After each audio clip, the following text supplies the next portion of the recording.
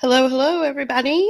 Good morning. It's Monday, December 16th at about 11 a.m. Let me just get onto the different platforms here and make sure that I am live. I want to give everybody a couple of minutes here, a couple of seconds to join if you would like. This is very impromptu. This is not scheduled. I typically schedule a Friday reading around this time in the morning. And thank you for letting me know that Facebook sounds good.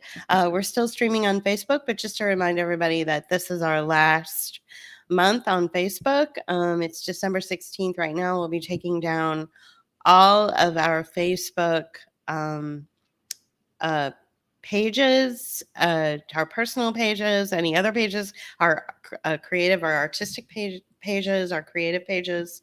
We'll be taking them down as of December 31st due to Meta's new terms of services. And this is something that we've continued to talk about over the last couple of months or so. So I wanted to remind people of that. But there are definitely many ways that you can continue to tune into these impromptu broadcasts as well as the Friday broadcasts, which are scheduled. And also in the future, I'm sure we will be making more video essays and doing more creative content. And there will always be an opportunity for you to enjoy those as well as help support us. Some of the ways that you can support us is by becoming a patron on patreon.com/book of hours. But you can certainly follow us we're still on Twitter. It's Twitter or it's x.com/book of hours Julie, or x.com/book of hours JP, although I'm on Twitter much more than JP is. Okay. So now that we have all of that sort of out of the way, again, I want to welcome anybody who hasn't listened to us in the past. If you're just listening to me for the first time, I typically am on screen every Friday and I do a reading of something that I feel is really poignant or interesting to, or relevant to what's happening in today's strange world that we live in the world we live in today. And so that kind of brings me to where we are right now. I'll be sharing some screens, so please be patient with me. Sometimes the streaming service and the internet service is sometimes works against me when I try to do screen shares and when I try to share some of the things that have come up. So let's see if I can get to this right now. All right, so let's talk about radioactive materials and how that is reported. Okay, so one of the websites that you can go to, and let me see if I can find it. It's called the Nuclear Regulatory Commission. And if you are looking for the latest information on, to see if somebody has reported a radioactive material or something that has gone missing or something like that, you would want to go to this website that I'm taking you to right now. And it looks like my background for my Christmas background came up. So that's fun. Okay. So when you are, let me know if you can still, if you can see this okay, if you can see what I'm showing you on the screen here. So the regulation of radioactive materials is covered by, or at least reported by, the US NRC, which is the Nuclear Regulatory Committee. Okay, so I would say that if you're concerned about, if there's been any lost radioactive materials, if there's anything that you're not sure about, just go to this website and kind of poke around and see what you find. There are people that are talking about how, as of yesterday, the NRC came out and said that as of December 15th or the 16th even, that they had some radioactive materials that had gone missing. One thing, though, that you have to remember is that there have been several incidents involving lost or missing radioactive materials in the United States, including a mine worker stealing 2,200 kilograms of uranium oxide in 1980. An eyewitness told the FBI that large amounts of weapons-grade uranium were missing from a U.S. nuclear plant and may have been given to Israel 15 years earlier. The Government Accountability Office published a report in October of 1980 regarding alleged missing nuclear material from the DOE's Rocky Flats weapons production plant. I guess what I'm trying to say is that the NRC has a history of reporting on missing radioactive material. So the people that are coming out and saying, "Oh dear, the radioactive material was lost in 2024." Okay, I'm getting a weird screen here, so if you can't hear me, let me know. But as you'll see, this is a report from May 1st of 2002. This is something that I just grabbed out of the ether. There are many reports like this, and they start, according to the Government Accountability Office, I believe it started in 1980 when they started reporting missing or stolen or traded radioactive materials. Okay, so this is nothing new. This idea that we have, the NRC announcing that there are radioactive materials, okay, missing. So I wanted to bring that up to you. This is really nothing new. And let's move on because this seems to be a point that people are moving towards to kind of prove their point that we have a high level of radioactivity in the United States. And I would say that if you're trying to say that we have a high level of radioactivity in the United States because of missing radioactive materials, I would say that this is actually just par for the course.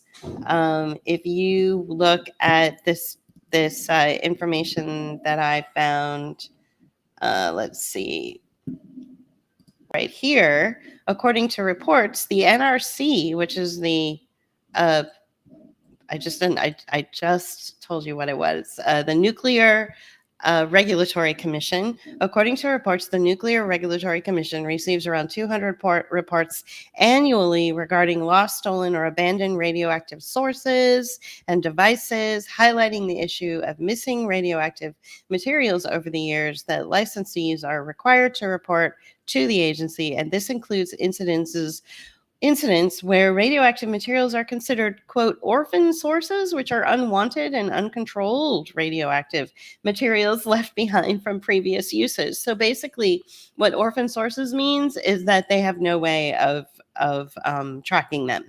They're just no longer tracked. So they're off the grid. They know that they're missing. They just don't know where they are. So the United States has a history of this. The NRC definitely has a history of this. And this is something that I wanted to bring up. I felt that it was important because a lot of people seem to get really excited about the fact that the NRC just recently put out a report yesterday or today saying that a new batch of radioactive materials had gone missing during the transportation of them. So let's not get too excited about it because according to the NRC itself, one of the reasons I think that it had to form in the first place was so that they could report it, and they've been reporting on it at least since 1980. So let's get rid of that screen and let's go to the Government Accountability Office. Yes, the Government Accountability Office. Preventing a dirty bomb. Nuclear Regulatory Commission has not taken steps to address certain radiological security risks. So this was published just a couple of months ago in September 30th, on September 30th of 2024, and then released to the public on a few days later on October 3rd. And what it does is it highlights what they found when they went to their when they started to do their investigation. They talk about how, you know, there are consequences to the vulnerabilities of the certain radiological security risks. So this is the Government Accountability Office, the GAO. So again, you can go to the Government Accountability Office's website and you can read this, and you can correlate this with their continued assessment of the NRC and the fact that it's, you know, not very good at creating the appropriate security measures or protocols. Now, it's unclear to me if the NRC, the Nuclear Regulatory Commission, it's unclear to me if they're actually responsible for creating those secure protocols to make sure that radiological material or radioactive materials don't go missing or somehow, you know, get into the wrong hands. I was under the impression that the commission itself existed to just report on the missing, and that it's really up to somebody else in the government to make sure that the correct secure protocols are in place, right? So it feels like we have a little bit of messaging going on here. We've got an agency that reports on the missing radioactive materials, and they're just doing their job. They're just reporting on the missing, on, you know, the fact that these radioactive materials are missing. That would be the NRC. And then we've got the Government Accountability Office turning around and saying, well, you know, this is a huge security risk, right? So it feels like there might be some internal squabbling going on. This is just my armchair analysis. You know, I like to sometimes pretend I'm a social anthropologist. And again, this is just off the cuff. Today's broadcast is really off the cuff. I spent about maybe an hour kind of looking through all these things and just kind of coming up with my own version of what's going on. It doesn't necessarily mean that, you know, because I'm not the news, I'm not right, but I am just sharing with you from the actual agencies their words. So what's the next thing that seems to be trending in the media? That would be the drones, right? We have got major stories about drones. Let's talk about this. Drone sightings. So here's some headlines, top stories. Mystery drone sightings keep happening in New Jersey. Here's what we know. Mayorkas says that federal authorities are addressing the New Jersey drone sightings. Now, this is a story that I wanted to focus on.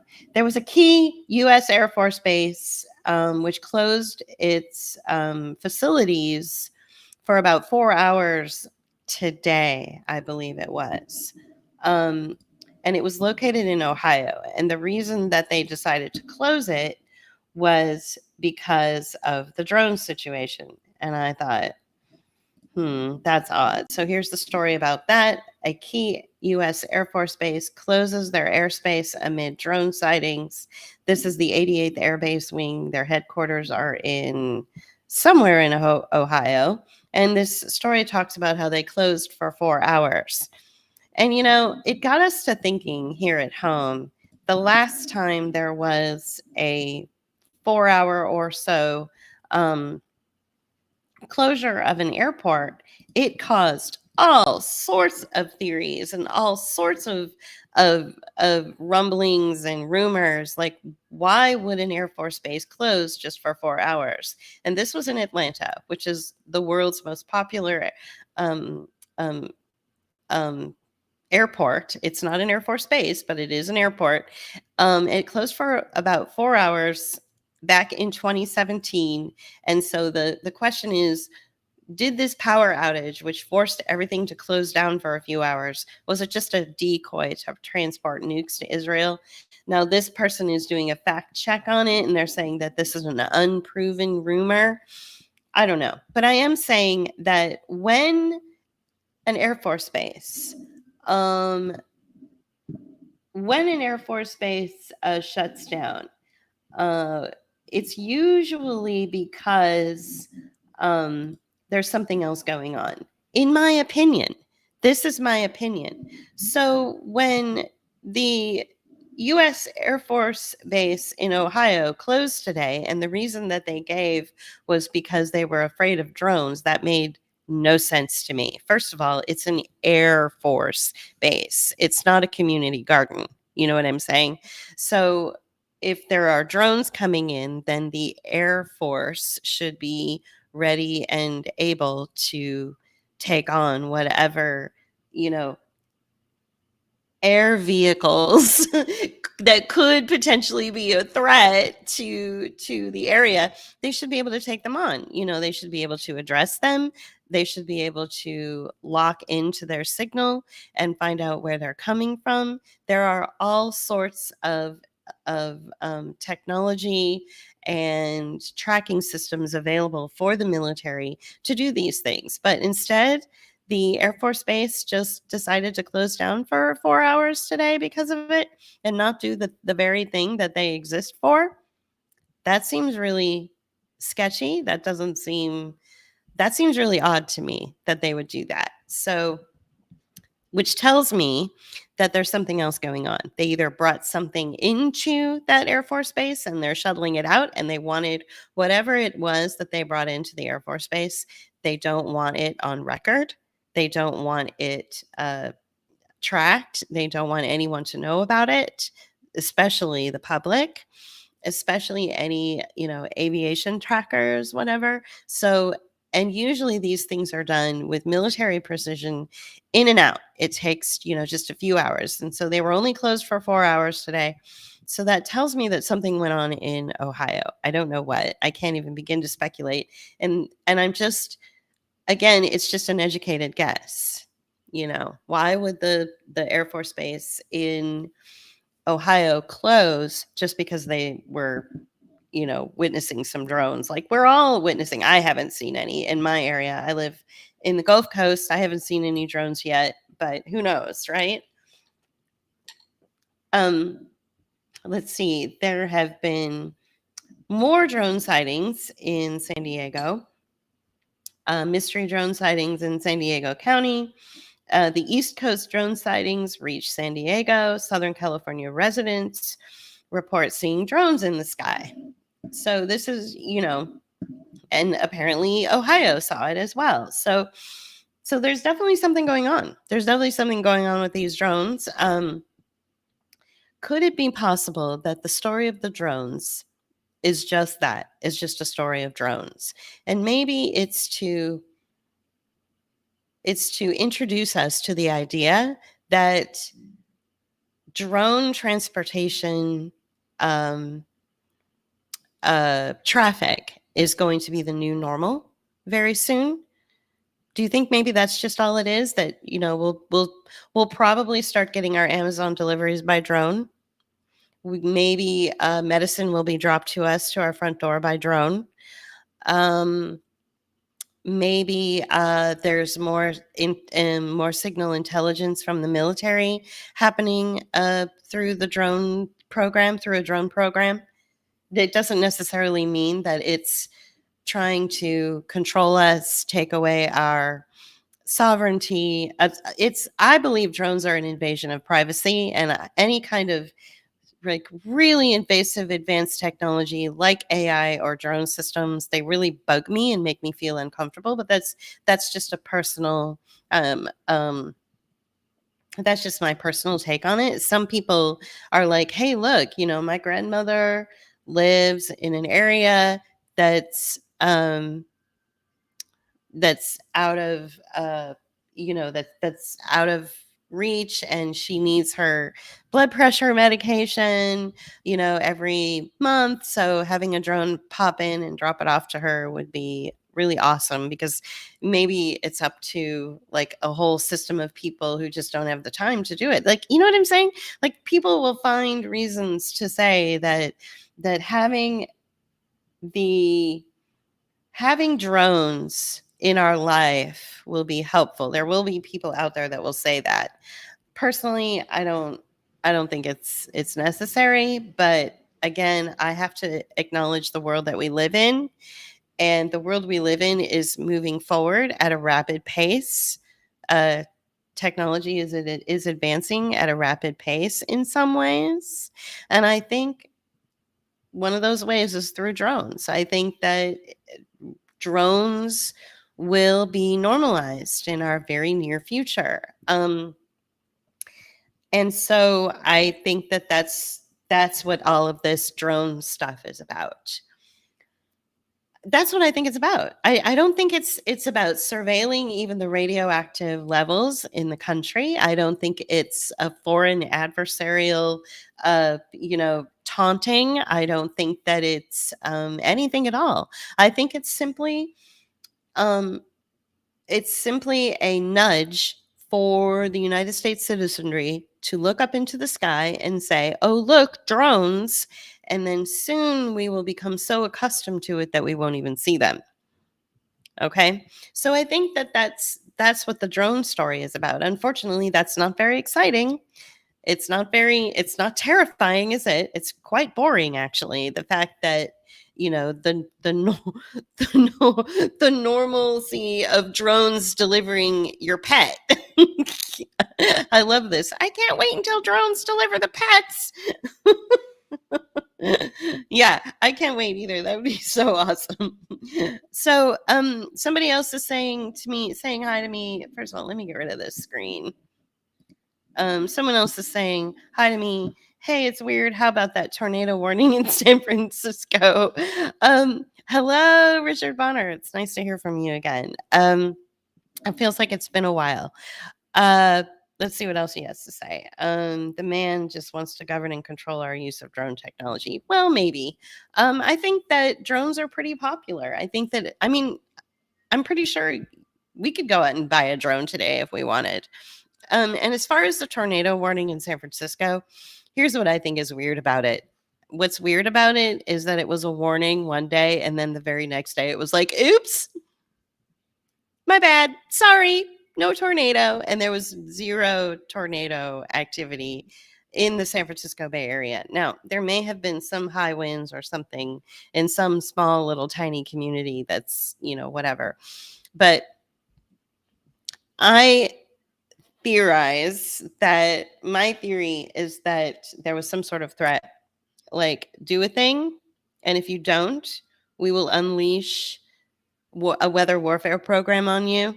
And because it's San Francisco and they capitulate to just about any kind of nefarious, underhanded business deal that you can imagine, that they called off the dogs. You see what I'm saying? So we already have like a major fentanyl crisis in San Francisco. We already have, the fact that most major retail corporations have pulled up stakes. Everything is just empty there, and we know that Silicon Valley is working hand in glove with China as far as these AI programs. So maybe a deal was made, and any kind of sophisticated weather warfare program, they, instead of hitting the red button and making it go and making San Francisco experience a tornado, they decided to give it a pass, right? Because somebody made a deal somewhere. That's my opinion. Okay. That's just a crazy, outlandish opinion of mine. So the so we have to pay attention to the the messaging though. Even though I don't believe drones are really anything to worry about, the drone sightings I think are just there to force us to get used to the idea that drones are in our future. But there is messaging. For some reason, messaging came out that high levels of radiation were found like in New York and found in certain parts of the country. And people got really concerned, as well they should. I'm not saying that all of the reporting from the NRC is something that we can just blow off, but I am saying that they have been reporting on radioactive materials missing. They've been reporting on it since like the 1980s. So, one thing that Kennedy said was that Wi Fi radiation does all kinds of bad things, including causing cancer. And I won't read you this whole statement that he made. I guess I don't know who he made the statement to, but I will tell you that early on, like before we heard of like a coronavirus or before we heard of COVID, there were stories about people who were coming into the emergency rooms. And I want to say specifically at a specific hospital in downtown New York, in sort of the lower Manhattan area, where they were being, where doctors were saying it looks like radiation poisoning. They had all of the signs of radiation poisoning. Now, as a side note, one thing here that I wanted you to take a look at is this word right here, glioblastoma. So I knew somebody, I was connected to somebody at one point whose husband died of glioblastoma, which is cancer of the brain. Okay. Um, if you take olive leaf, it should help you with things like brain related issues. I take it. I mean, I'm not a doctor. I don't know anything about this kind of stuff. I take olive leaf supplements, okay?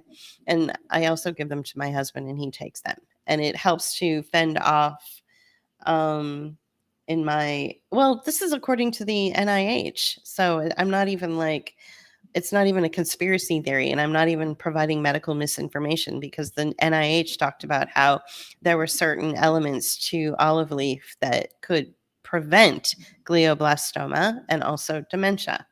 So he goes on to talk about high levels of dangerous Wi-Fi radiation, which we are all susceptible to in our life anyway.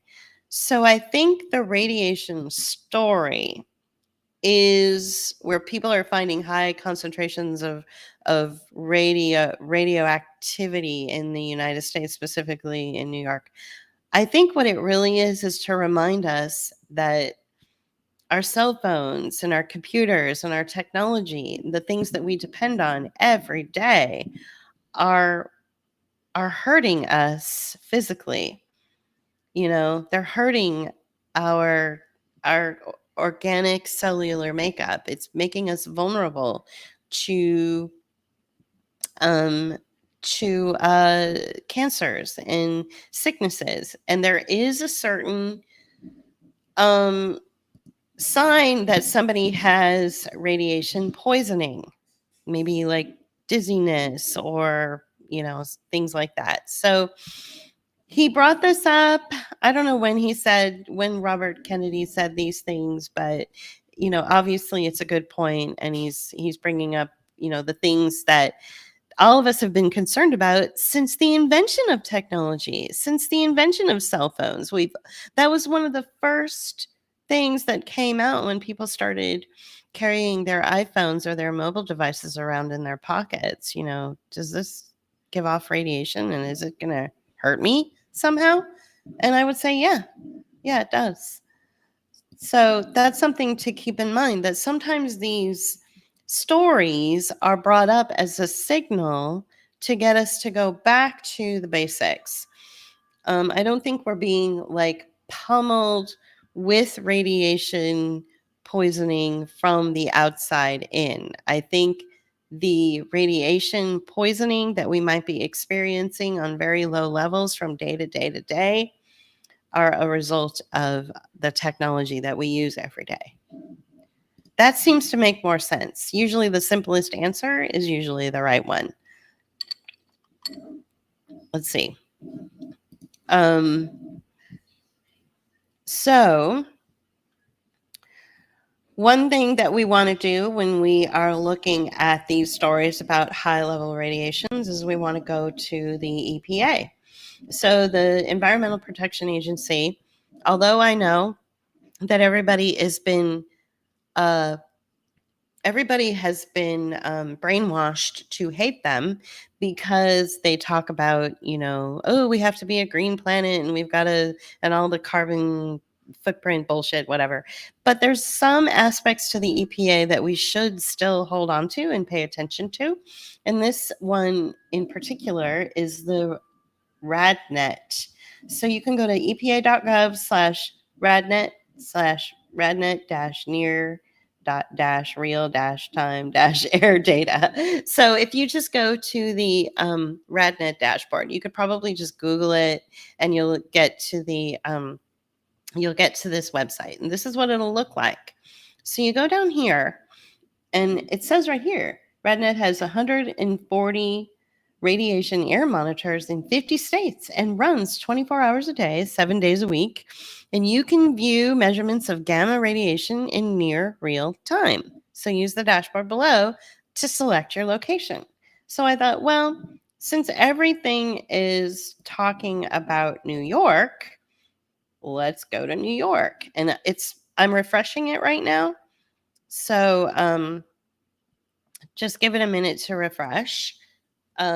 Takes a second here, as you can see.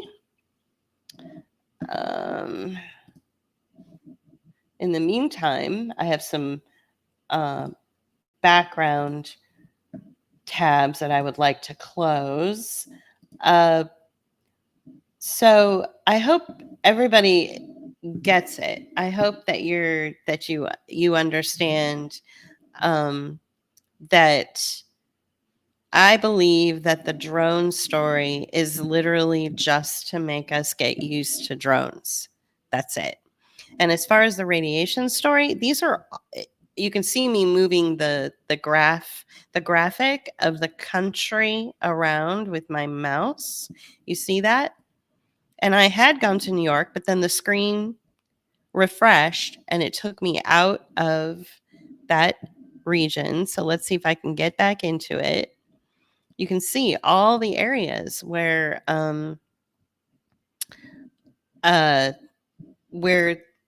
this radiation is tested by this agency.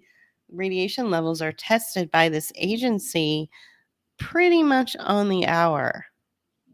So then you click on the area that you want to look at, and I would say go to your own area. Go to, let's see if I can get to it. Sometimes the screen or the you need to allow the browser to know your location. Well, I didn't before. Oh well. So if you go to this website and you look up your area, you can find out what your radiation levels are in your area. So let's scroll down, and you can do it two ways. You can do it through the map, like you see me moving the cursor over. There's Pittsburgh. Okay. So you can do it through the map, or you can do it over here on the left. Okay, you see this? And I'm going to do it on the left. So number 89 is New York, NYC. Let's see if we can grab that. I don't know if it will allow me to do that. So Okay, there's Pittsburgh. Let's look at Pittsburgh. Why not? I used to live there, and Rick still lives in Pennsylvania, so why not? So they were saying that there were high levels of radiation in Pennsylvania as well. But so this is what I'm talking about. Look at these lines. So starting all the way back in September, all the way up to the present. So here we are at the end. We are at December 16th at 9:40 a.m., 9:49 a.m. The exposure rate in Pittsburgh, Pennsylvania is 0.0054. That's very safe. That's incredibly safe. If something were not safe, then you would see a major spike. But this line is practically a straight line, isn't it? These levels are normal levels. This is where you want to go to find out if your social media scaremongers are right or not. You would just go to this this site right here, and it shows that everything is normal, at least in Pittsburgh. So, you can go to different areas, and when you want to get out of the city that you're looking at, you want to go up to here where it says RadNet dashboard, monitor location. You want to click the X here, and it'll get you out of the location you're currently monitoring so that you can look into another location. Okay. I hope that is helpful to you guys. I would say definitely look at this. I don't see any reason why we can't believe these numbers. I still want to get to New York because I had it open before, and I want to show you, because New York was what was trending on social media today. Everybody was saying, oh, New York is experiencing, these really high levels of radiation. And I was like, really? Let me go check that. And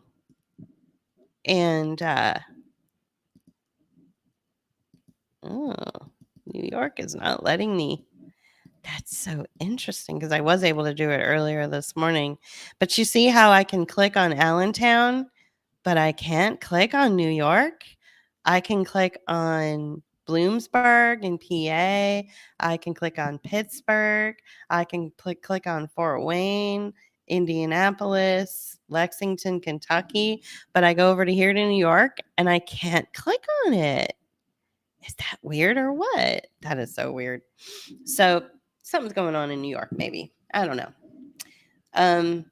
So anyway, I would say for the area that you live in, go to that website. Okay, so hi Veronica, thanks for your comment. So you missed the name of the website. That is, so the website I'm on right now is called it's a United States Environmental Protection Agency. So it's the EPA, and then it's RADNET. So you can go to any browser, you can go to Google, you can go wherever, and just type in RadNet. And what it does is it monitors 50 states and runs the radiation air monitors for 24 hours a day, 7 days a week. So you can get up to the minute levels of radiation. What about Cleveland? Cleveland's like the armpit of the nation. Sorry, I shouldn't say that out loud. And look at that. There's hardly any radiation levels in Cleveland either. So, you'll see that these straight lines pretty much exist all across the board on the United States, for the whole United States. So we get, one of the reasons I started thinking this way is because of my husband. He gets a lot of comments and a lot of text messages from people that say, oh no, you're going to have another hurricane soon. And he immediately goes to NOAA, which is NOAA, and he finds that there's zero hurricane activity happening in the Gulf Coast. And nothing, of course, happens. Like, we live just up the street from the Gulf of Mexico, and nothing happens. So, we've decided to, look at things, go straight to the source. And the RadNet dashboard is a really good place to look to find out if your area is experiencing a spike in radiation. And so Veronica is saying that the drones are everywhere in Massachusetts right now as well. She hasn't seen any, but all the local groups and the moms groups are posting photos. All right. So I think that what you just said there is a very key statement. You haven't seen any, but all of your social media groups are posting photos. This is one of the reasons why we're getting off social media. Unfortunately, Veronica, you've nailed it. Okay. You haven't seen it, but social media is sharing pictures all around. We know that Facebook has turned into an AI program, right? Through their their language learning program. It's called Llama. I mentioned this before in the last broadcast I did. And it's something that I'm repeating over and over for the entire month of December. It's not a social media website anymore. At least Facebook isn't. Okay, but they are language learning models. So they're learning what makes people tick. They're learning what makes people afraid. They're learning about people. And so they're creating and designing. Our existence is based on design. Okay, I hate to get like weirdly existential or philosophical here, and I'll try not to go too far into it, but our existence is based on design. You are the designer of your outcomes, and you are the designer of your emotions, not what you might see in your social media groups, not what the media tells you.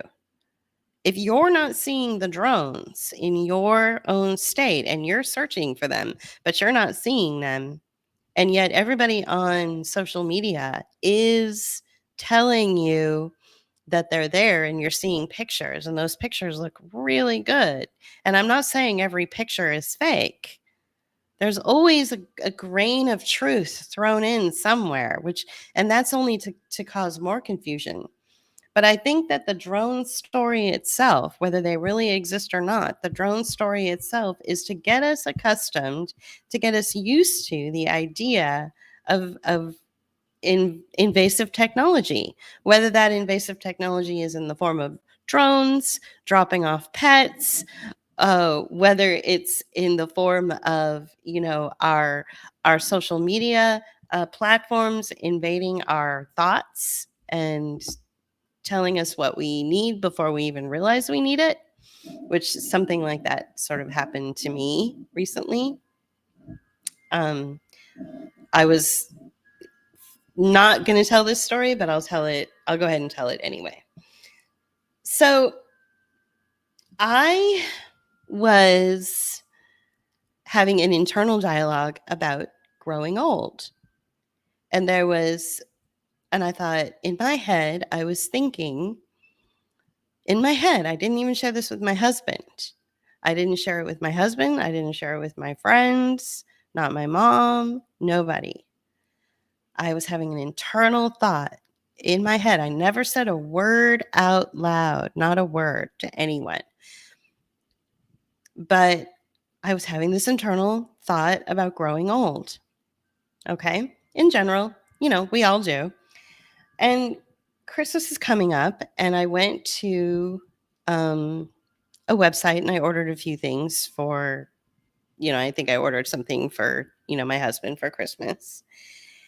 And it recommended to me at the website I went to, which is a major shopping site, it recommended to me the very specific thing that I was concerned about. Okay. Like the very specific thing, not just random, but a very specific thing that I had only had this internal dialogue about in my head. And I thought, oh my God, that's so creepy. I was really creeped out by it. But what was even creepier is when I made the order and the gift came to me. It was, like I said, I ordered something from a major shopping site. I found the thing I wanted. I clicked add to cart. I paid for it. And in this whole process, I got a recommendation for the very thing that I was having an internal dialogue about. I wasn't sharing with anybody. And I was like, ooh, that's creepy. And I was like, okay, well, whatever. I forgot about it. Then the item came in the mail, the gift that I had ordered. It came in the mail. And guess what it came with? A free sample of that very thing that they had recommended. I did not ask for the sample. I did not click, okay, sure, I'll try it. Nothing. But it came anyway. That's the kind of invasion that I'm talking about. This really invasive, like how the hell did they know that I was having this internal dialogue about growing old on a certain part of my face, and they pinpointed it directly? Recommended something to me. I totally ignored it. I didn't even look at it, but then they put it in the box as a sample for me to try anyway. Are you creeped out? Because I'm totally creeped out. And that's what this is about. That's the level of invasion that we're at. And one of the reasons why we want to get off social media. Okay, so that was a side note, a side story. So Veronica, good. I'm actually glad that you keep looking out, because it will, what it'll do is it will get you to say, okay, there is a possibility that there are drones in the area, but I'm not seeing it. So maybe what I'm seeing on social media isn't something that I should really trust. Like, just have a grain of cynicism around everything that you see on social media, right? Skepticism. Be skeptical about everything, right? So one thing, though, that we should not be skeptical about is that there is something happening, and it's kind of concerning. And let me see. I want to make sure that I have the right document. Oh, before I go there, let's talk about another signal that took place. And this has to do with a junior advisor for Trump who was speaking in front of the young Republicans, what are they called? They're called the Young Republicans or something like that. And it was a gala. He was speaking at this really fancy gala. Look at him. He's in a bow tie. He's really cute. He's young. So I'm going to play him, and I want you to watch this. It's only a few seconds, so if you blink, you might miss it. And I'm sure you guys have seen this already. I'm sure you have. Oh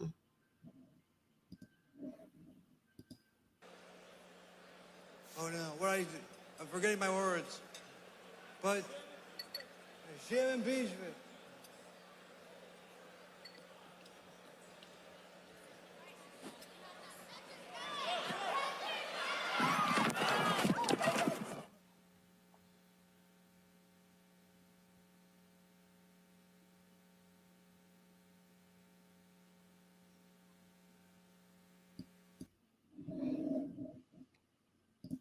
Okay.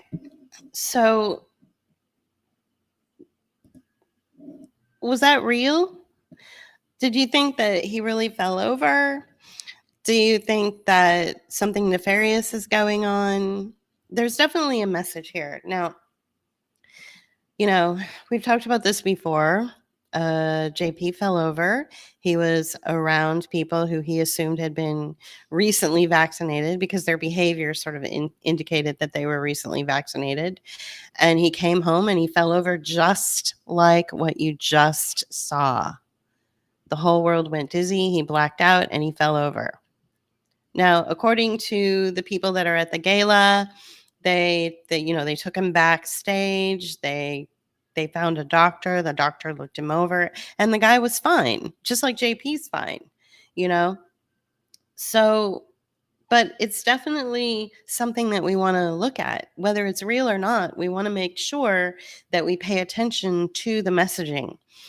The intelligence agencies out there are working overtime. I'm telling you, they are crawling all over social media. They are scrambling your brain. They're making you forget that between 2020 and 2024, 500,000 American citizens died of a drug overdose. Okay.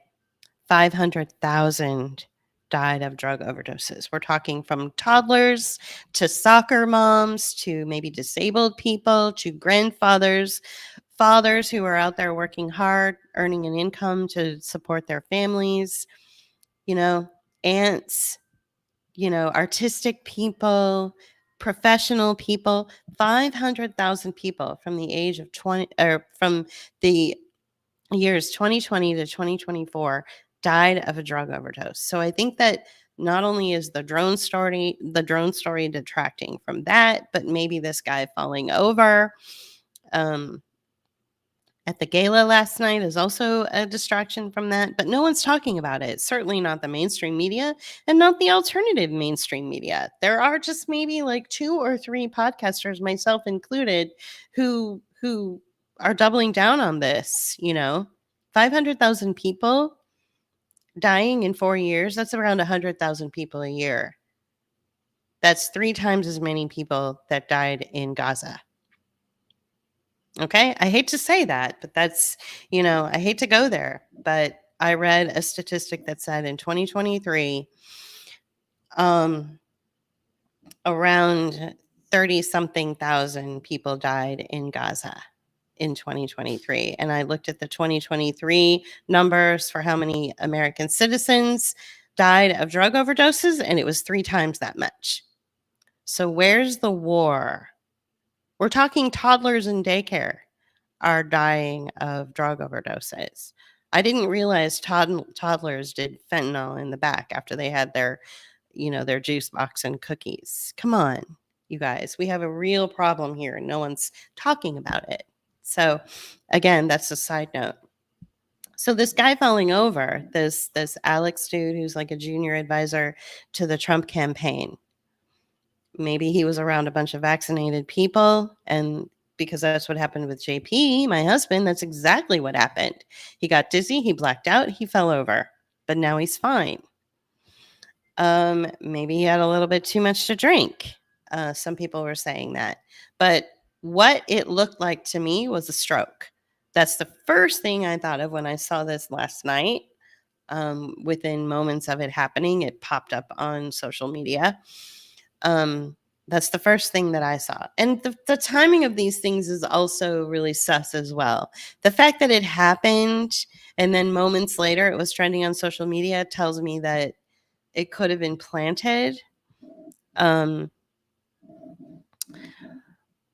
going back to the tornado in San Francisco that didn't happen, yes, the little tiny community that I couldn't remember the name of was San Lorenzo. I too was listening to Scott Adams when he was talking about it. So there you go. Thank you for that. And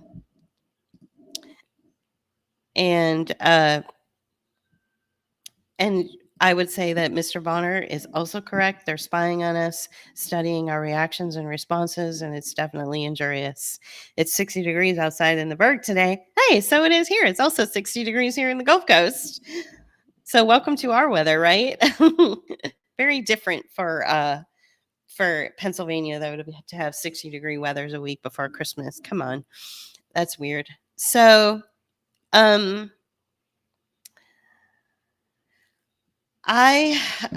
the thing that I actually wanted to show you that I felt was really important has to do with the super boring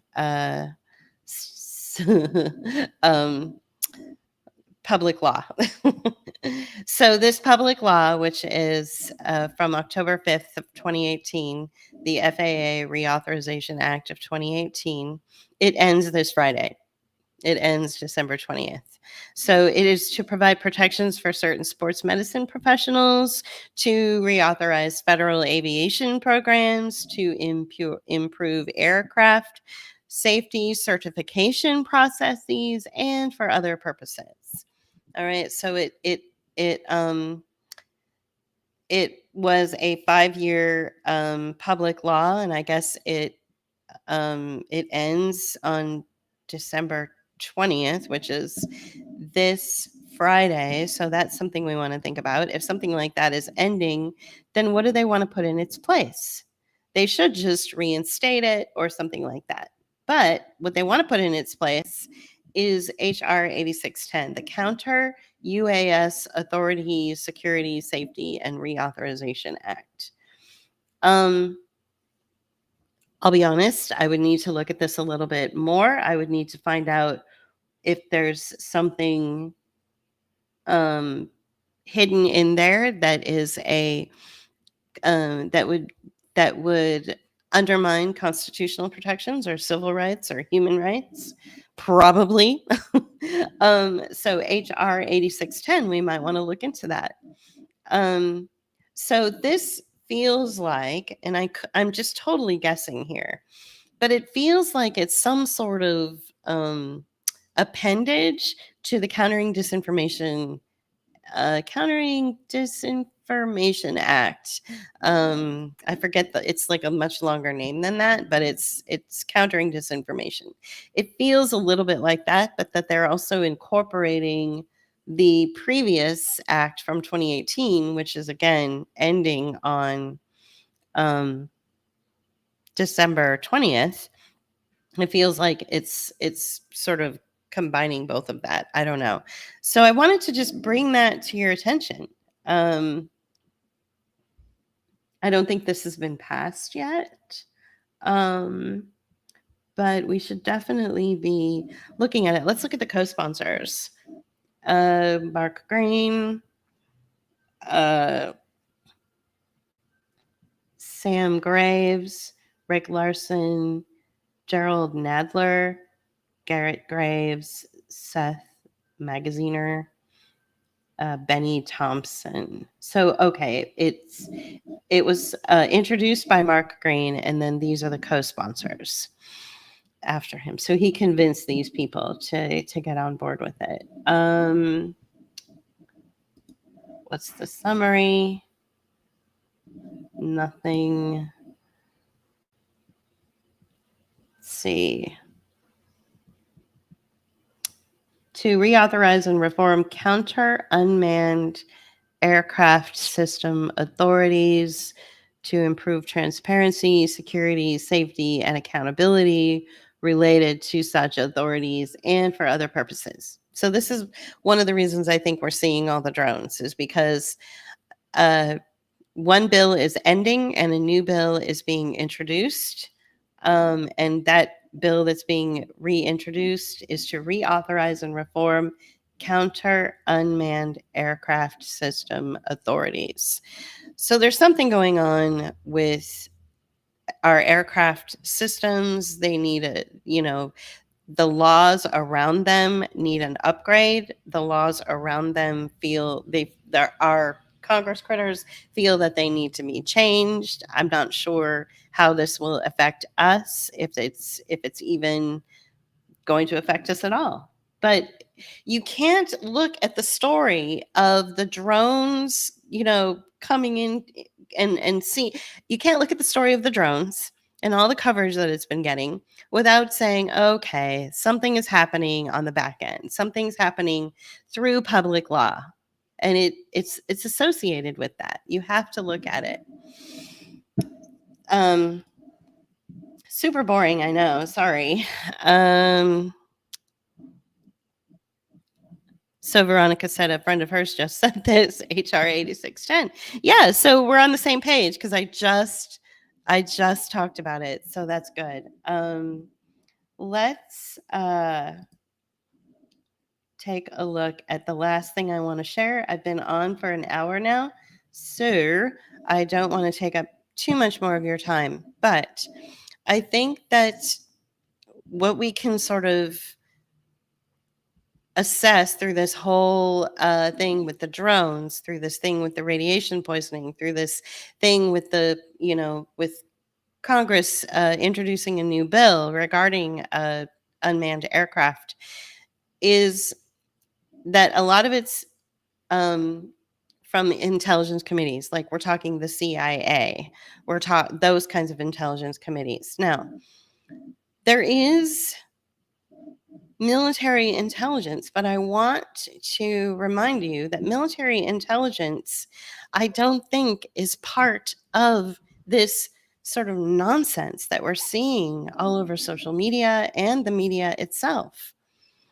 I am just as wary of the military as anybody, but I think that when it comes to signal operations or things that we're being led to see in order to change our behavior, that's more of an intelligence apparatus. That's or apparatus or operation. That's more of like the CIA. That's more of people trying to convince you to do a thing that you would never normally do. So there is a lead communications officer. His name is Major John Asbill. He is with the 3rd Infantry Brigade Combat Team, the 25th Infantry Division, discussing his section's communications role during the Super Garuda Shield 2024 at Pusla Tapar. I probably didn't pronounce that right, in Indonesia. And he was discussing this back in September. So there was an signal intelligence officers working in Indonesia. And I want to show you the difference between what this major will explain to you about what he's doing versus what your government leaders are telling you about, say, the drones. You've got things like, we don't know what's going on. Oh my goodness, we need more information. And it's just chaos. And I want you to juxtapose all of the chaos and all of the nonsense that's coming from the media I want you to compare it to this gentleman. Okay?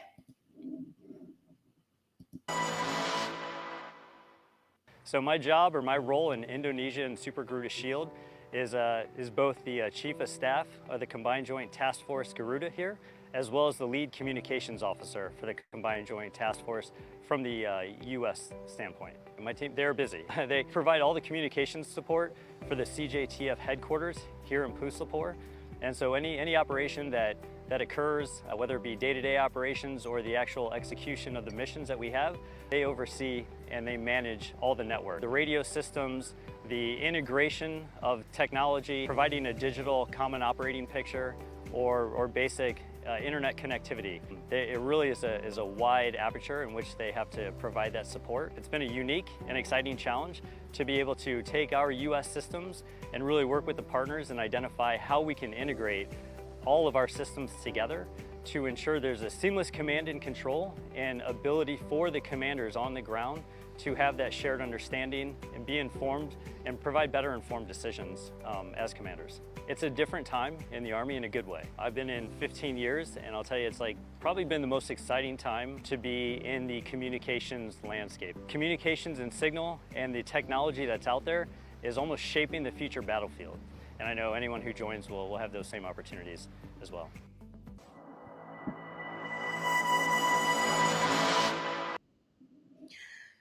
So I hope that sort of gave you a better indication of like how to listen to when the media is telling you about things.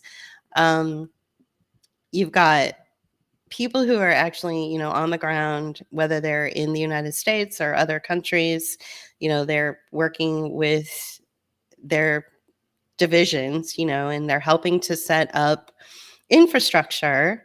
It doesn't necessarily mean it's a bad thing, we always want to have a little bit of skepticism around everything. But if you really listen to the way he just said, this is what we're doing, and I'm providing complete transparency about what we're doing. And then they show the guys, putting the things together and setting up the infrastructure and all that.